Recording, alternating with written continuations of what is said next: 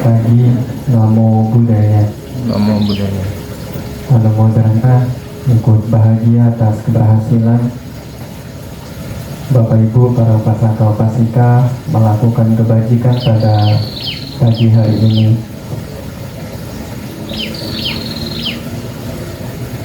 Lanjutan dari syair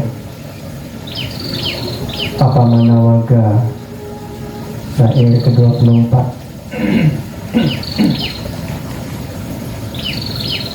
Utanawato Satimato Suci Kamasa Isa Makarino Sanyatasa Cak Dhamma Jiwino Apamatasa Yaso Bawidati.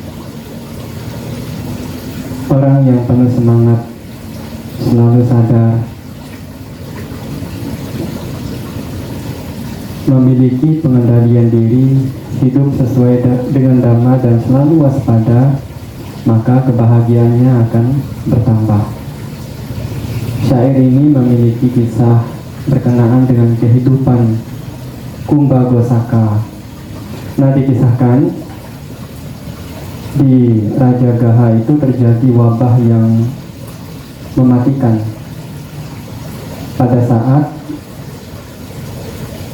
bendaharawan kerajaan saat itu terkena wabah, penyakit yang sangat ganas ini, di ujung kematiannya ia berpesan kepada anaknya untuk pergi dari kerajaan, pergi dari kota itu, agar supaya anaknya selamat. Nah, sebelum pergi, ia memberitahu kepada anaknya Kumbhagosaka bahwa ia sudah mengubur, menanam begitu banyak harta di rumahnya. Nanti boleh kembali setelah bertahun-tahun, ketika wabah sudah tidak ada lagi. Nah, singkat cerita, ia kemudian hidup di tengah hutan agar ia selamat.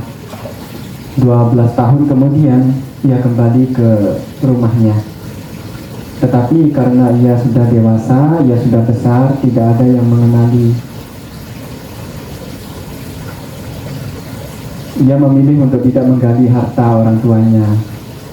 Ia memilih untuk bekerja, mencari pekerjaan, dan ia mendapatkan pekerjaan sebagai pesuruh. Untuk tugasnya membangunkan warga kampung, warga di sekitar situ, untuk menyiapkan makanan, kemudian untuk menyiapkan kereta, untuk menyiapkan bajak sawah. Mungkin waktu itu tidak ada alarm ya, jadi dia tukang bangunkan orang. Pada suatu pagi suaranya kedengaran oleh Raja Bimbisara, sampai suaranya itu sampai kerajaan. Pada saat itu yang memerintah adalah Raja Bimbisara. Raja Bimbisara kemudian, wah, itu adalah suara seorang pemuda yang sehat, suara seorang hartawan, orang yang kaya. Kemudian ia meminta kepada pembantunya untuk mencari tahu, menyelidiki siapa itu. Kemudian si pembantunya itu pergi melihat siapa yang punya suara itu. Nah, pembantunya melihat, itu tukang pesuruh biasa, orang yang kecil, orang yang miskin. Nah, kemudian memberitahu Raja Bimbisara, itu orang biasa, itu orang pesuruh. Raja tidak percaya. Hari besok pagi kemudian memerintahkan lagi, sama juga, itu orang biasa, itu orang miskin, orang kecil.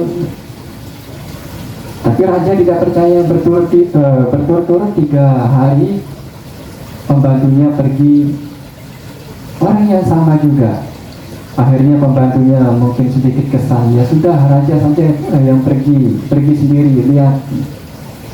Kemudian Raja menyamar bersama putrinya menjadi musafir, menjadi orang miskin untuk bermalam di rumah Kumbhagosaka. Ya benar, orang yang miskin, orang yang tidak punya apa-apa. Tetapi mulai malam itu raja memerintahkan bahwa akan ada suatu acara di kerajaan dan setiap rumah wajib menyumbangkan harta. Wah, Kumbagosaka mulai berpikir tidak ada uang untuk disumbangkan. Kemudian ia memberanikan diri untuk menggali sedikit harta yang ditanam, yang dikumpulkan oleh orang tuanya. Kemudian ia mengambilkan kepingan emas untuk ditukarkan menjadi uang kepada pembantu raja. Kemudian pembantunya menyerahkan emas itu kepada Raja Bimbisara. Nah, mulai saat itu si pembantu ini mengadu kepada raja untuk memanggil Kumbagosaka di pengadilan kerajaan. Nah, di situ Kumbagosaka mengakui, menceritakan bahwa ia adalah putra dari bendaharawan kerajaan 12 tahun yang lalu. Nah, dikisahkan di situ Raja Bimbisara kemudian membebaskan dari tuduhan-tuduhan. Ia mengembalikan harta orang tuanya dan singkat cerita ia dinikahkan dengan putrinya sendiri. Nah, di sini kemudian Raja Bimbisara membawa Kumbagosaka menghadap Sang Buddha. Kemudian Sang Buddha menyampaikan syair yang tadi di awal. Artinya apa, Bapak Ibu? Kalau kita memiliki semangat, siapapun kita ya pasti akan memperoleh sesuatu. Baik kehidupan duniawi, kehidupan sebagai berumah tangga, ataupun kehidupan sebagai pabajita, sebagai para biku, sebagai petapa. Kalau kita memiliki semangat, kemudian sadar, kemudian memiliki pengendalian diri, kita akan mencapai apa yang kita inginkan. Apalagi ya sebagai Bapak Ibu, sebagai upasaka-upasika, memiliki pengendalian juga penting. Jangan sampai seperti pepatah, lebih besar pasak daripada tiang, nanti pecah. Artinya apa? Lebih besar keinginan daripada kemampuan. Kalau itu terjadi, maka yang ada bukannya kebahagiaan, tetapi melainkan penderitaan. Ditambah lagi syairnya, hidup sesuai dengan dhamma dan selalu waspada, maka kebahagiaannya akan bertambah.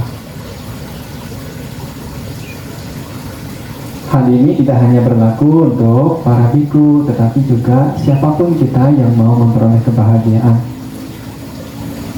Itulah renungan dari kisah syair Dhammapada 24.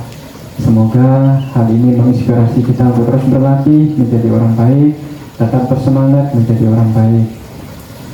Mari setelah berbuat baik pada pagi hari ini, renungkan semoga ikan ini membawa keberkahan dalam bentuk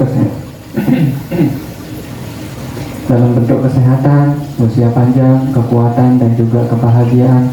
Semoga kebajikan ini mengkondisikan segala harapan, segala cita-citanya segera menjadi kenyataan.